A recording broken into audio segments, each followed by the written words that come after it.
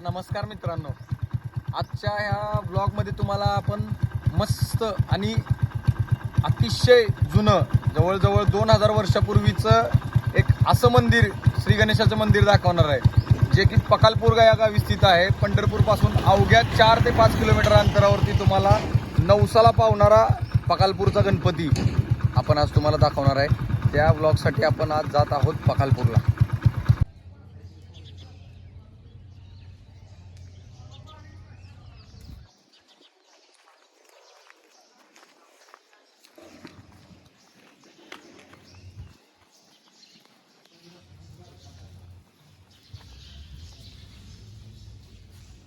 श्री गणेशा,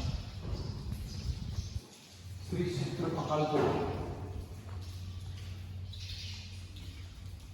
वा, आजच्या ब्लॉगचं कारण असं मित्रांनो की आज गर्दी खूप कमी असते. म्हणजे इतर वेळेस चतुर्थी सोडून ज्या दिवशी तुम्ही इथे आहात त्यावेळेस गर्दी कमी असते आणि तुम्हाला व्यवस्थित सगळ्या गोष्टी दाखवेन आणि त्याची वैशिष्ट्ये मंदिराची सांगेल. अशा हिशोबाने आज मी तुम्हाला इथे घेऊन आलेलो आहे. आणि कसं आहे, गर्दीमध्ये तुम्हाला ज्या गोष्टी दाखवायच्या आहेत ॲक्च्युली त्या जास्त वेळ थांबून दाखवता येत नाहीत, म्हणून आपण ऑड वेळेस आलेलो आहे. चला आतमध्ये जाऊया.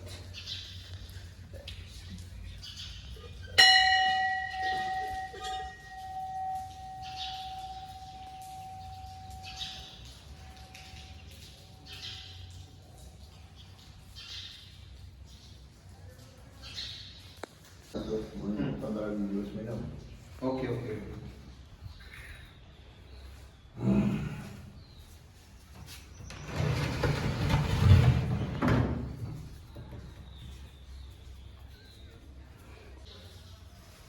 पूजा होणार आहे आता इथं लगेच.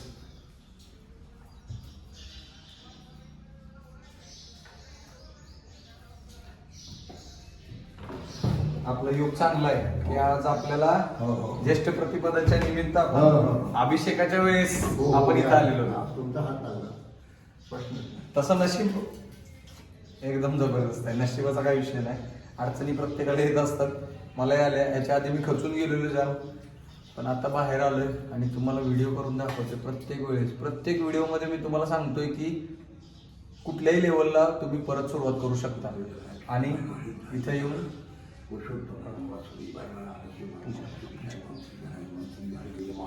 ओम श्री देवताभ्यो नमः. महागणेशदेवताभ्यो नमः. कुलदेवताभ्यो नमः. ग्रहदेवताभ्यो नमः.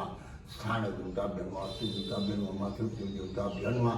सर्वदेवभ्यो नमः. सर्वब्राह्मणे नमः. सर्वमंगलमंगले शिवे सर्वार्थसाधिके शरण्ये नमस्ते नारायण महाकाल निर्विघ्नं कुरु मे सर्वकार्येषु सर्वदा. ओम गणपतये नमः. एकदन्ताय विद्महे वक्रतुण्डाय धीमहि तन्नो प्रचोदयात्. भरतवर्षे दंडकारणे दक्षिण गोदावरीतून क्रोधी नाम संवत्सर मासी ज्येष्ठ मासी शुक्ल अशोक पुण्यतिथो रोहिणी नक्षत्र महागणपती देवता दत्तात्रय आणि यजमानस्य गौतम गोत्रेण महागणपती देवता ज्ञानेन मिलित सर्व उपचार द्रव्ये पूजनवंतस्य आवाहने आवडात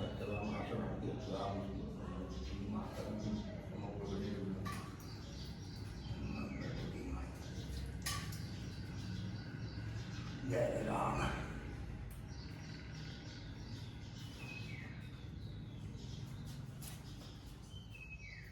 दशारो आंब्याचं स्नान करायचं. दशारोमध्ये गणपतीला पाठ झाला. ओके. दशाराची पूजा. तर मित्रांनो, जसा पंढरीमध्ये पांडुरंग प्रसिद्ध आहे तशीच अजून खूप पांडुरंगाचे आसपासच्या गावामध्ये किंवा खुद्द पंढरपूरमध्ये अशी खूप ठिकाणं आहेत. त्यापैकीच हे एक श्री पकालपूर गणपती. आणि या गणपतीचे अजून एक विशेष नाव आहे शिवेवरचा गणपती. 2 गावाचे शिव आहेत, त्या शिवेवरचा गणपती म्हणून पण ओळख आहे.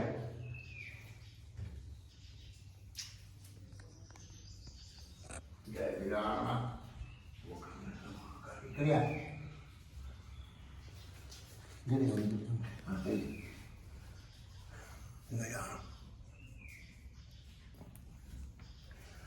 हरि ओम.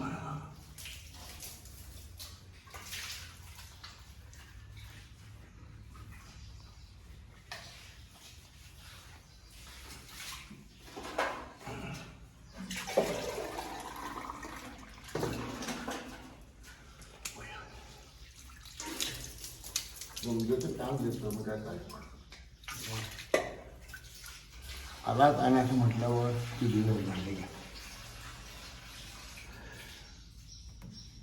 पयानी त्याचे बंधू शंकर शुद्धोद कसा आनंदे पयानी त्याचे बंधू शंकर वनस्पती पंचामृत स्थानम समर्पयामि योगचंद महाकार्य सूर्य कोटि समप्रभ निर्विघ्नं कुर्मे देव सर्व कार्येषु सर्वदा ओम गण गणपतये नमः एक दंताय विद्महे वक्रतुंडाय धीमहि तन्नो दन्ति प्रचोदयात् त्यामध्ये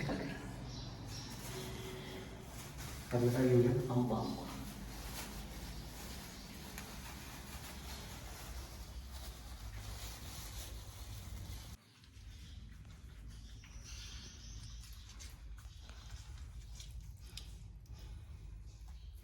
वय आधी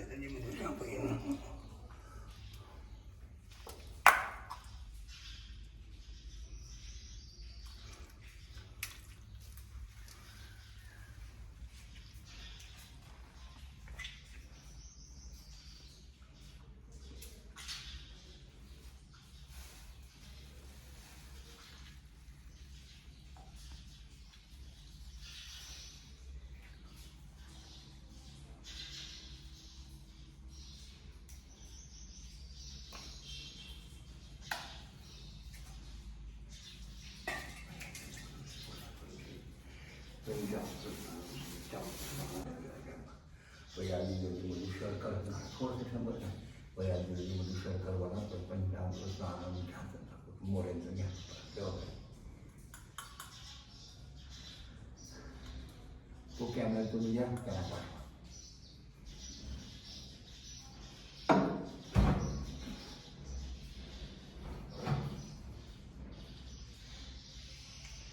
तुम्ही भाग्यवान आहात या निमित्तानं आज तुमची देवाची पूजा सेवेला हात लागला असं कधी शक्यच होत नाही. अहो प्रतिपदा म्हणजे पाडवा पाडव्याच्या दिवशीची पूजा वा प्रत्येक महिन्याचा प्रतिपदेला पाडवा दिवसाचा उच्चार असतो. आज काहीच ठरलेलं नव्हतं बरं का काका काहीच ठरलेलं नव्हतं अचानक मध्ये काय झालं ते देवालाच माहिती देवाला मानल्याबद्दल काय करतात द्वेष करतात खूप इथे हा पण काय नाही करणार मी सेवा करणार ना मला काय माहिती बा. तुम्ही काय बघा आपल्याला काय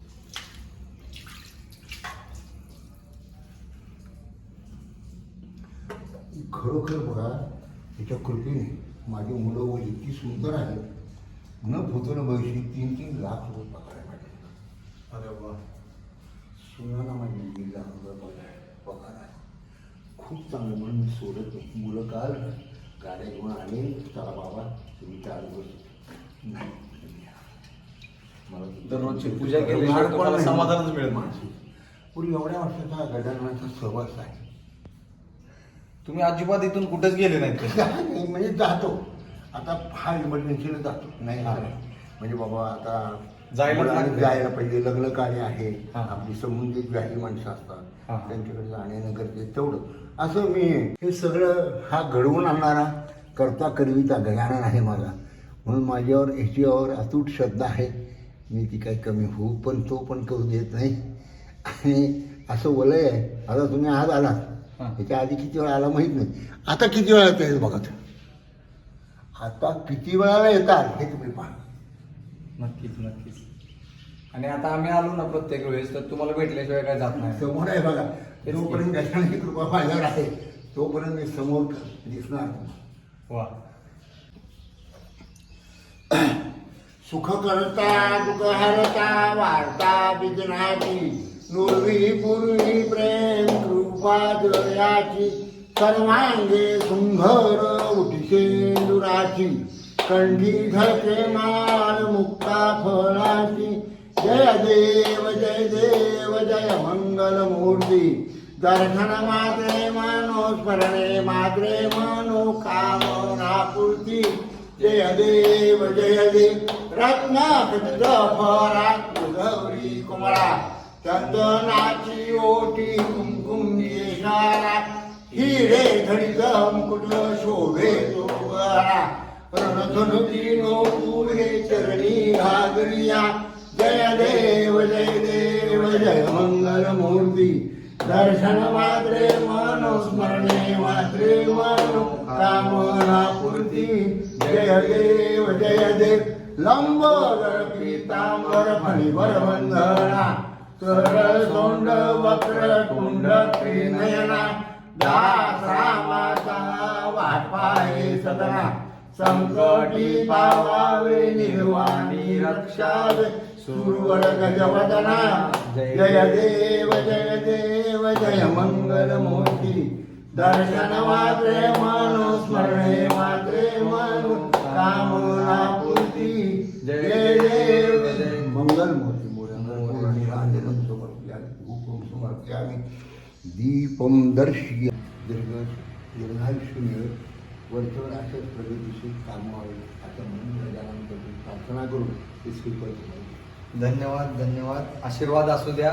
गजाननाच्या चरणी पण आम्ही नतमस्तक झालोच आहोत आणि तुमच्यामुळं आज एक असा अनुभव आला की आज नशीबच हो की ज्येष्ठ प्रतिपदेला आम्हाला इथे येऊन गजाननाचा अभिषेक करायला मिळाला, पूजा करायला मिळाली. हे महत्वाचं. त्याच्या एवढं भाग्याचं काम आपण ठरवून येऊ शकत नाही. मला वाटतं या 5-7 वर्षात मी कायम येतोय, जसं मला देव बोलवेल तसं इथे येतोय.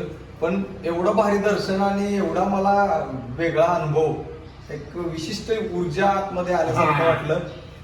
हा बोलत आणि म्हणून म्हटलं तुम्हाला आता यानंतर तुम्ही किती वेळा येते त्याची प्रचितीच आहे आणि यशप्राप्ती केवढी मिळेल हे अंदाज.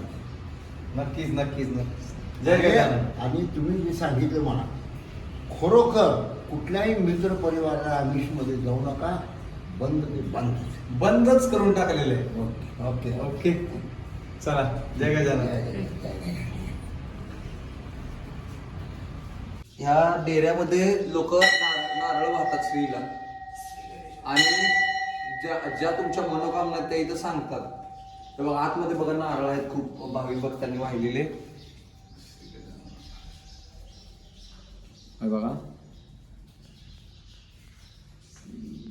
याचं वैशिष्ट्य असं आहे की ह्या डेऱ्यामध्ये तुम्ही जर काही तुम्ही नारळ तुमच्या मागणे जर स्वच्छ मनाने जर तुम्ही काही मागाल श्रीकडे तर ते तुम्हाला ॲक्युरेट देवाच्या पायाजवळ पोचतं अशी आख्यायिका आहे आणि खूप लोकांना याचा साक्षात्कार पण झालेला आहे.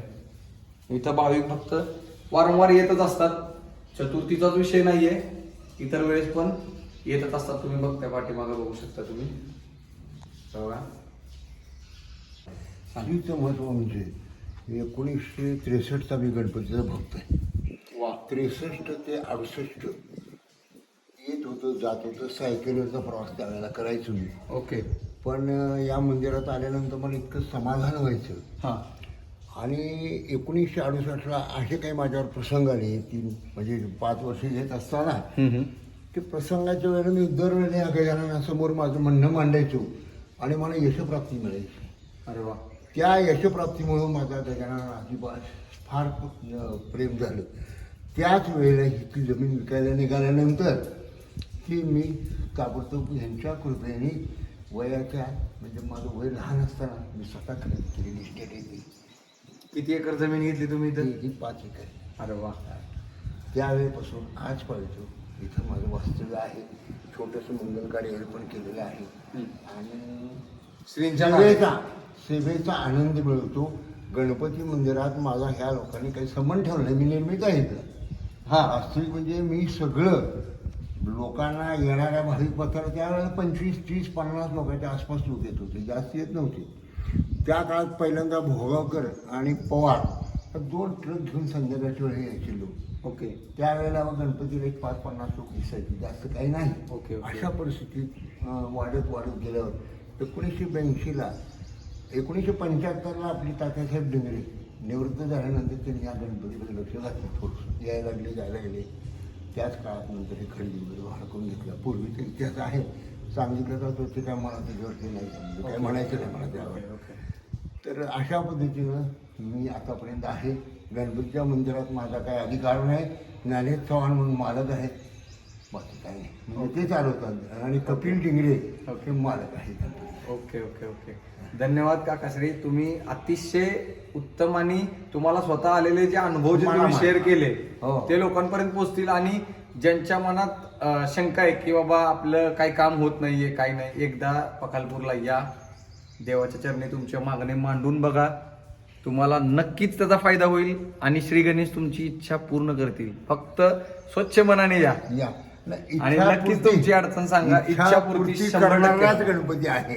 वा. ज्यांच्या श्रद्धा आहेत त्यांच्या इच्छापूर्ती अशा हजारो लोकांचे माझ्याकडे निरोप आहे.